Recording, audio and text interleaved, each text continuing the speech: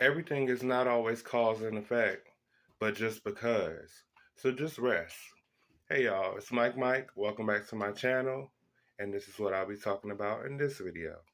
So praying and works are a great thing, and never stop doing those things.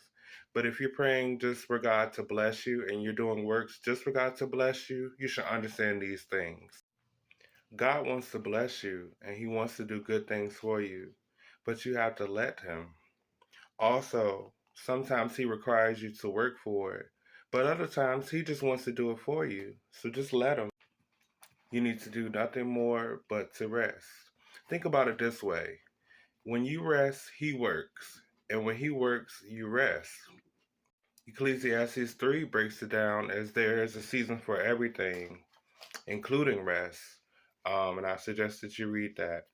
Um, Hebrews 4 breaks it down as promised rest for God's people. Now I want to read that one. God's promises of entering his rest still stands, so we ought to tremble for fear that some of you might fail to experience it.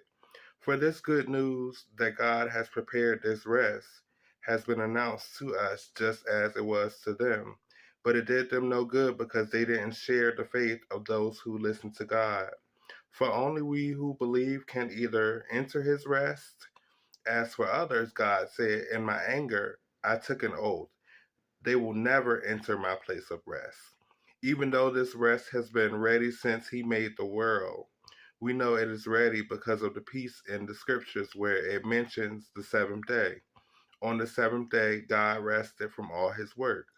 But in other passages, God said, they will never enter my place of rest. So God's rest is there for people to enter. But those who first heard this good news failed to enter because they disobeyed God. So God set another time for entering his rest, and that time is today. God announced this through David much later in the words already quoted. Today, when you hear his voice, don't harden your hearts.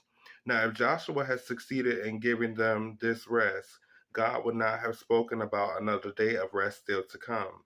So there is a special rest still waiting for the people of God.